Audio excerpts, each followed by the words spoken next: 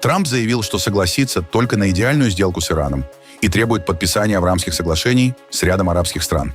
Марко Рубио заявил, что у Кубы огромные проблемы и назвал ее угрозой для нацбезопасности Соединенных Штатов. После 3 месяцев блокады Иран возвращает доступ к интернету. Многие приложения и сайты уже доступны.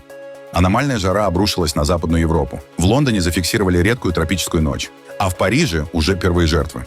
В Непале 2 носорога сбежали с территории национального парка и устроили зрелищный поединок прямо на одном из рынков. А теперь об этом подробно и по делу. Это «Один день». Подпишитесь, поставьте лайк этому видео и оставьте свой комментарий. Заранее спасибо и начинаем.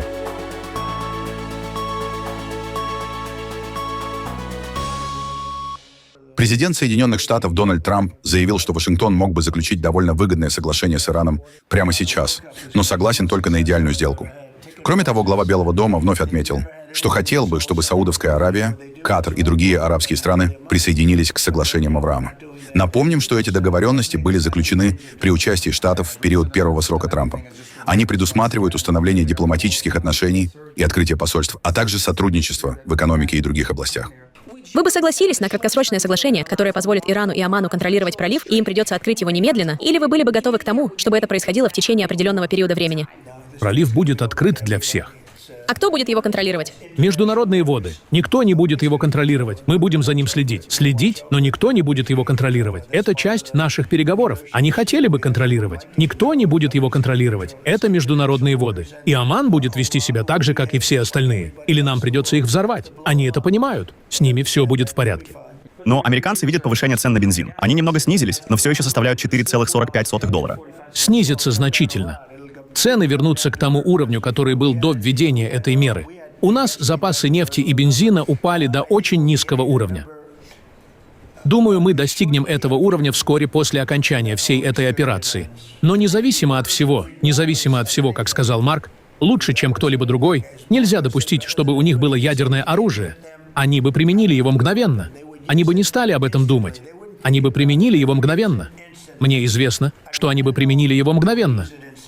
Это придает вам больше срочности, господин президент? Вы говорили, что не спешите заключать сделку, но с учетом того, что цены на бензин по всей стране все еще высоки, люди платят больше за поездки. Это придает вам больше срочности для заключения сделки? Почему нет?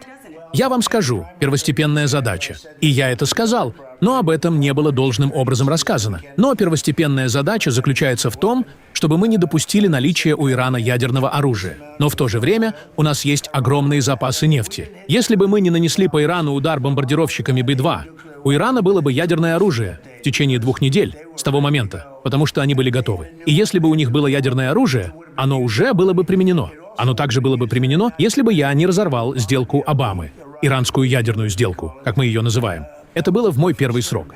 Если бы я не разорвал ее, у них было бы ядерное оружие давным-давно. Я бы сказал, что это была гарантия того, что оно было бы применено, и оно взорвало бы Израиль. Оно взорвало бы весь Ближний Восток.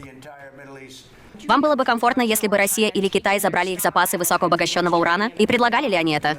Нет, мне было бы некомфортно. Это не успокоило бы меня. США рассматривают возможность ослабления санкций против Ирана, чтобы позволить Ирану продавать свою нефть на рынке? Нет, мы не говорим об ослаблении санкций или о предоставлении денег. Никаких санкций, никаких денег, ничего. Мы контролируем деньги, которые они считают своими. Мы сохраним контроль над этими деньгами. Когда они будут вести себя должным образом и поступать правильно, мы позволим им получить свои деньги. Но сейчас мы этого не делаем, и одно не зависит от другого. Как бы вы охарактеризовали текущее состояние переговоров с Ираном? Если бы это было футбольное поле, на какой отметке вы бы находились? Но я думаю, у нас все идет очень хорошо. Я думаю, они начинают давать нам то, что должны, и если они это сделают, это замечательно. А если нет, то человек слева от меня, Хексет, их добьет.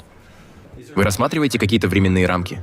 Я имею в виду, это происходит быстро. Проблема в том, что каждый раз, когда я упоминаю временные рамки, например, знаете, мы занимаемся этим уже несколько месяцев. Вьетнамская война длилась 19 лет, Корейская война — 8 лет, Афганская война — много лет, все они длятся много-много лет. А мы занимаемся этим всего несколько месяцев, и я читаю о вас, о таких людях, как вы, что так долго затягивается. Вы бы приняли соглашение с Ираном, которое просто предусматривает дальнейшие переговоры по урану, Нет. И это единственный вариант? Я бы согласился с некоторыми пунктами, знаете ли, потому что это меморандум о взаимопонимании для ускорения процесса. И одно из того, что произойдет, это немедленное открытие пролива. Но он должен быть идеальным. Я не собираюсь этого делать. Я не делал этого, чтобы заключить какое-то дурацкое соглашение. Худшее соглашение, когда-либо подписанное, было подписано Обамой. Какое ужасное соглашение это было. Это шаг назад для этой страны, для всего мира. Ближний Восток взорвал бы себя сам. Нет. И мы хотели бы, чтобы страны, о которых мы говорим, Саудовская Аравия, Эмираты, Катар и другие, мы хотели бы, чтобы они немедленно присоединились к нам, и Стив Витков работает над этим. Мы хотели бы, чтобы они присоединились к Авраамским соглашениям. Это будет историческим событием, если они это сделают. Честно говоря, я думаю, они обязаны нам этим. Я думаю, это действительно был бы огромный знак. И я думаю, эти страны нам это обязаны. Стив, вы собираетесь дать им возможность подписать? Мы определенно будем настаивать, господин президент. Я не уверен. Я не уверен, что нам следует заключать сделку, если они не подпишут. Хотите знать правду? Если они не подпишут соглашение об участии в Авраамских соглашениях, я не знаю, стоит ли нам тратить столько усилий, работать так эффективно. И поэтому мы настоятельно просим их присоединиться. Это будет здорово. Это будет здорово для Саудовской Аравии. Это было бы здорово для Катара и Кувейта. То есть сделка с Ираном может зависеть от того, присоединятся ли к ней другие страны. Я не хочу этого говорить. Не собираюсь рассказывать вам, знаете ли, что от чего зависит, а что нет. Могу сказать, что мы можем заключить хорошую сделку прямо сейчас, но, возможно, не отличную сделку. А если это не отличная сделка, мы ее не заключим, потому что мы можем заключить отличную сделку с вот этим парнем прямо здесь. Но это, знаете, гораздо более жесткий вариант. Вероятно, все происходило бы не так быстро. Да, мы бы сейчас не обсуждали это так быстро, но зато это было бы безошибочно надежно. Думаю, в плане переговоров все довольно неплохо. Но посмотрим. Если это не будет настоящей сделкой, потому что у Обамы был этот ужасный JCPOA. Как бы он там ни назывался, это была худшая сделка. Это был путь к тому, чтобы Иран очень быстро получил ядерное оружие. Уже много лет назад у них было бы ядерное оружие. Возможно, мы бы сейчас вообще здесь не разговаривали. У них было бы ядерное оружие. И, честно говоря, Обама выбрал не ту страну. Ему следовало выбрать другую страну. Я не скажу, какую, но он выбрал не ту страну, когда выбрал Иран. Но сейчас у нас есть определенные договоренности с Ираном. Все было жестко. Они потеряли своих лидеров. Они потеряли, и это действительно смена режима. Знаете, мы не ставили целью смену режима, но по факту мы имеем дело с совершенно другой группой людей, чем в самом начале. И, честно говоря, я считаю их гораздо более разумными. На самом деле, я считаю их умнее и гораздо более разумными. Это и есть смена режима. Один режим ушел, другой режим ушел. Сейчас мы имеем дело уже с третьими фрагментами этого, потому что часть из них тоже исчезла. И мне кажется, как можно представить более сильную смену режима, чем это, понимаете? Напомним, что Авраамские соглашения — это исторические договоры о нормализации отношений между Израилем и арабскими государствами. В документе подробно говорится о том, как это будет выглядеть. Толерантность и межконфессиональное сосуществование упоминаются в самом начале текста. Связи будут развиваться путем создания посольств и сотрудничества в здравоохранении, инновациях, авиации, окружающей среде и энергетике. В тексте также сделан акцент на противодействие экстремизму и запуску совместно со Штатами стратегической повестки дня для Ближнего Востока. Американский лидер хочет, чтобы Иран со временем тоже присоединился к ним. Уже известно, что Пакистан отклонил это предложение. Ни одна из других стран, как сообщает агентство Reuters, пока что публично не отреагировала на требования Трампа. И положительный ответ был маловероятен, поскольку в этих мусульманских странах остается высоким уровень недоверия к Израилю из-за масштабов его военной операции в Газе. Иран после почти 3 месяцев изоляции открывает доступ к глобальному интернету. По данным мониторинговой организации NetBlocks, большинство иранцев не имели доступа к глобальному интернету в течение 87 дней. Лишь часть граждан могла пользоваться дорогими и сложными VPN-сервисами, которые позволяли обходить ограничения. Пока власти не уточнили, когда именно и в каком формате страну снова полностью подключат к мировому интернету. Также неизвестно, вернется ли доступ ко всем сервисам, которые ранее блокировались иранской цензурой. Но сейчас многие приложения и сайты уже доступны. Было ощущение одиночества, как будто мы были отрезаны от мира и даже от Ирана. Как человек, работающий с детьми, мне необходимо постоянно поддерживать с ними связь и видеть, что происходит в мировом искусстве. Мне нужно было видеть эти вещи, но я была полностью отрезана от мира. Я не понимала, что происходит. Я видела только свое непосредственное окружение. Дом, угол улицы, подобные места. Я ничего другого не видела. Мои контакты с семьей моей матери были полностью прерваны, потому что они не были в Иране и не могли знать, как у нас дела. Что усиливало беспокойство, они искренне волновались за нас. Внутри Ирана было то же самое. Что касается моей работы, то дизайн, на создание которого у меня мог уйти час, в итоге занимал гораздо больше времени. Потому что мой разум был полностью заблокирован. Я не могла заниматься дизайном. И я не могла повышать свою квалификацию в профессиональном плане. Наконец, после долгого перерыва я смог войти в приложение и начать работать. Использовать некоторые иранские приложения было действительно сложно. Было невозможно передать большой объем данных, поэтому у нас было много проблем. Но с прошлой ночи международные компании смогли снова связаться со мной, и работа идет немного быстрее. Возможно, 10% людей хотят злоупотреблять этой ситуацией, но остальные 90% страдают. Мы понесли огромные убытки, и я не знаю, как это должно быть компенсировано. Мы все деградировали. Могу сказать вам, что за эти 4 месяца мы, возможно, деградировали на 10 лет. Большая часть средств, которые мы вложили в наш онлайн-сегмент, например, в веб-сайт и социальные сети, практически окупилась. Расходы на рекламу мы потеряли, потому что за рекламу нужно платить заранее. Расходы на SEO и цифровые задачи также оказались убыточными. Госсекретарь Соединенных Штатов Марко Рубио в ходе заседания Кабинета министров заявил, что у Кубы огромные проблемы, и возложил ответственность за кризис на руководство островного государства. При этом шеф американской дипломатии добавил, что Вашингтон намерен поддерживать каналы связи с кубинскими властями в надежде достичь хорошего результата. Куба в большой беде, потому что, к сожалению для них, ею управляет кучка некомпетентных коммунистов. Быть коммунистом — это плохо, быть некомпетентным коммунистом — это худшее. Страну захватила компания под названием ГЭСа, и она фактически контролирует 70% экономики. Никакие деньги этой компании не идут на помощь кубинскому народу, никакие. Поэтому мы будем с ними разговаривать, мы будем работать над этим. Знаете, мы хотим чего-то хорошего для кубинского народа, и, надеюсь, это принесет им хороший результат. Это необходимо, ведь это в 144 километрах от наших берегов, и наличие несостоявшегося государства в 144 километрах от наших берегов представляет угрозу национальной безопасности Соединенных Штатов. Число погибших в Ливане в результате израильских атак возросло до 3269 человек. Еще 9840 получили ранения с 2 марта. Об этом сообщило Министерство здравоохранения Ливана на фоне расширения военной операции Израиля в стране. Армия обороны Израиля заявила, что нанесла удары более чем по 150 объектам инфраструктуры и боевикам Хезболла в районах Тира, Набатии и долины Бека. Также Цахал отдал приказы об эвакуации жителей 5 населенных пунктов на юге Ливана. По данным ливанских властей, в результате авиаударов во вторник вечером погибли не менее 31 человека, среди них дети, еще около 40 получили ранения. Несколько ударов были нанесены вблизи плотины Караон в долине Бека. Израильские СМИ сообщили, что армия расширяет операции за пределы так называемой «желтой линии» — буферной зоны вдоль границы с Ливаном, для противодействия угрозе беспилотников Хезболлы. Несмотря на вступившее в апреле перемирие между Израилем и Ливаном, стороны продолжают ежедневные взаимные атаки. Официальный фонд Совета мира, созданный Дональдом Трампом для восстановления Газы, до сих пор не получил ни $1 из обещанных государствами членами 17 миллиардов. Как пишет издание Financial Times, все проекты восстановления застряли в юридической и политической неопределенности. Организацию создали для координации послевоенного восстановления Газы, а сам Трамп называл ее одной из самых значимых международных структур в истории. Издание пишет, что деньги пока идут только на содержание администрации и технических структур, а среди причин провала называют отсутствие финансирования, неопределенность вокруг будущего Газы и вопрос разоружения Хамас.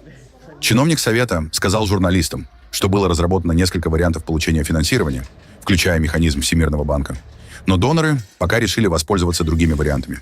Отчитываться о финансовых результатах Совет будет перед собственным исполнительным советом из должностных лиц администрации Трампа и советников в целесообразное время.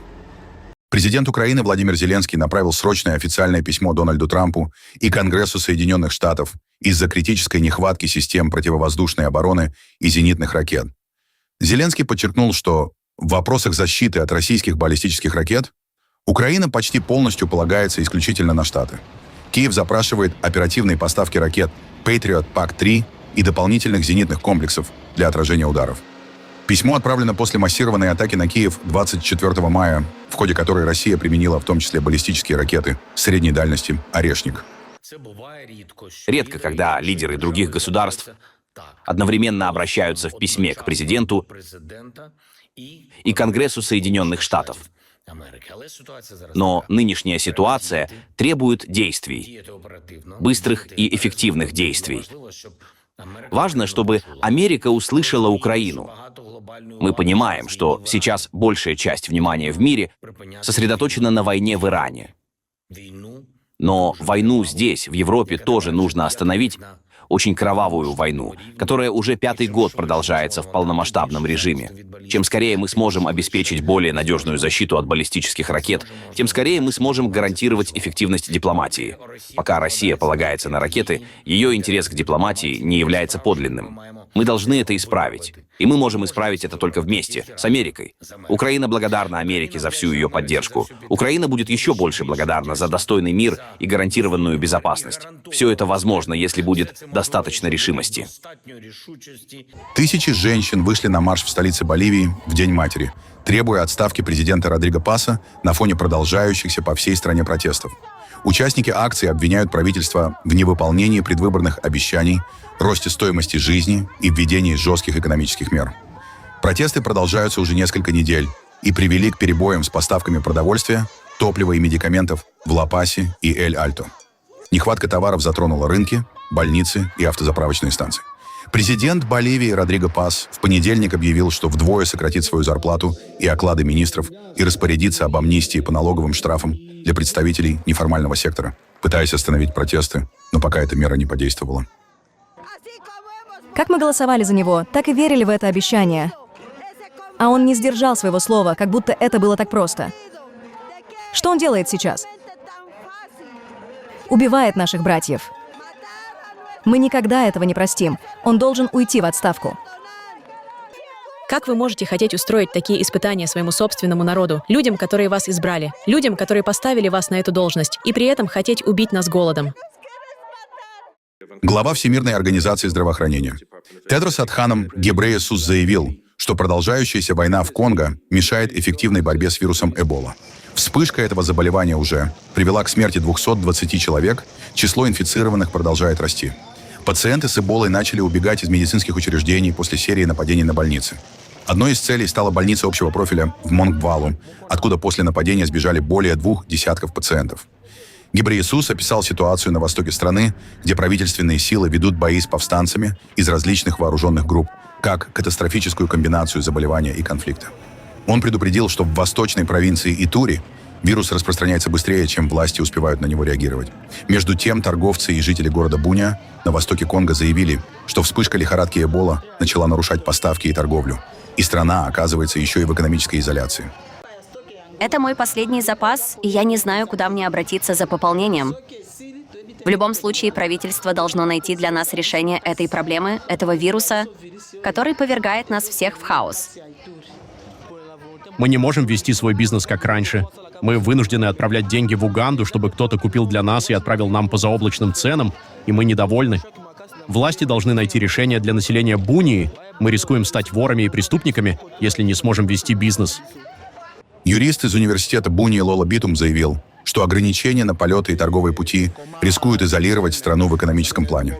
Он предупредил, что если автомобильные перевозки также будут приостановлены, Конго может столкнуться с серьезным дефицитом. Страна сильно зависит от трансграничной торговли с соседними Угандой и Руандой, особенно продуктами питания и товарами народного потребления. Поэтому вспышка заболевания становится все более серьезной экономической проблемой наряду с чрезвычайной ситуацией в области общественного здравоохранения. Приостановка полетов — это довольно жесткая мера, и она также способствует изоляции и нашего города, и страны в целом. Если придется приостановить и автомобильное сообщение, мы окажемся в очень сложной ситуации. Есть продавцы, у которых почти закончились товары. Мы вот узнали, что Уганда закрыла свою границу с Конго. Это ставит нас в ситуацию, когда город рискует задохнуться, и у нас не будет возможности получать снабжение другими путями, что очень осложняет выживание. Ранняя жара обрушилась на Западную Европу.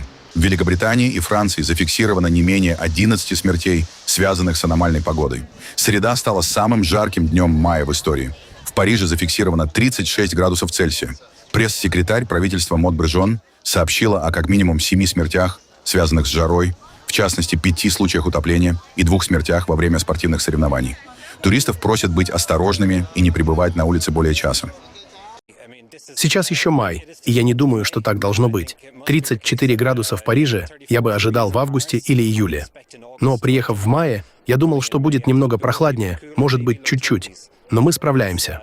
У меня 2 дочери, они маленькие, у них все хорошо, и у моей жены тоже, мы в порядке. Мы не ожидали, что будет так тепло. Конечно, жарко, очень жарко. Ищем тень. Здесь довольно некомфортно. Ну, знаете, трудно ходить и осматривать достопримечательности в такую погоду. В Лондоне зафиксировали редкую тропическую ночь.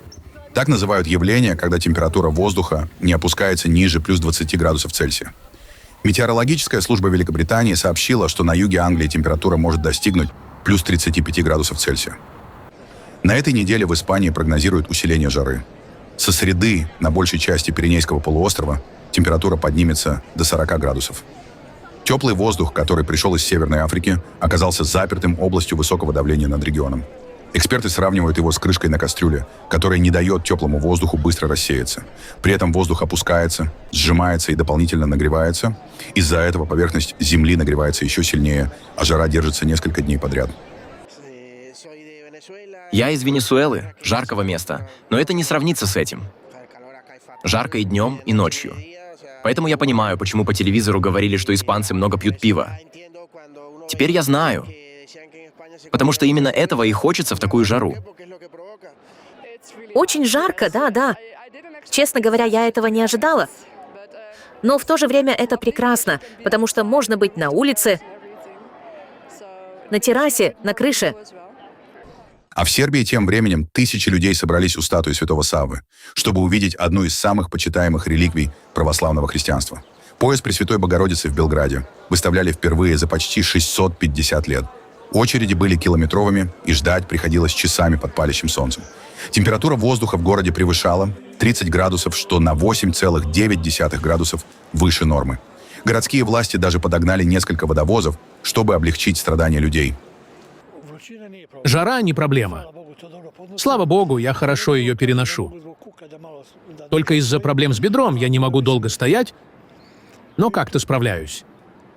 Я терплю с удовольствием, так как у меня есть желание и воля увидеть святую реликвию. Такое событие — редкость. И верующие ни за что его не пропустят, поэтому мы здесь с 5 утра. Здесь также чувствуется дух общества. Мы заботимся друг о друге, что сегодня редкость, но для сербов это не редкость. Поскольку мы всегда гостеприимны и помогаем друг другу, делимся водой, только что ели вишню и так далее. Поэтому нам несложно ждать. В Непале 2 носорога сбежали с территории национального парка Читван и устроили драку посреди города Саураха на глазах у местных жителей и туристов. Очевидцы рассказывают, что носороги хаотично передвигались по улицам, а впоследствии начали сражаться рогами прямо на местном рынке.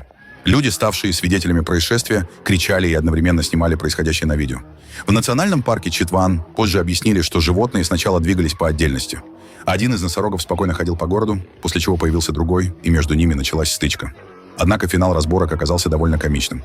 Как только страсти утихли, один из носорогов совершенно спокойно начал жевать цветы у дороги. Очевидец добавил, что когда эти великаны не заняты войной за авторитет, они очень любят полакомиться цветочками. Это действительно уникальное зрелище, которое нечасто могут увидеть люди.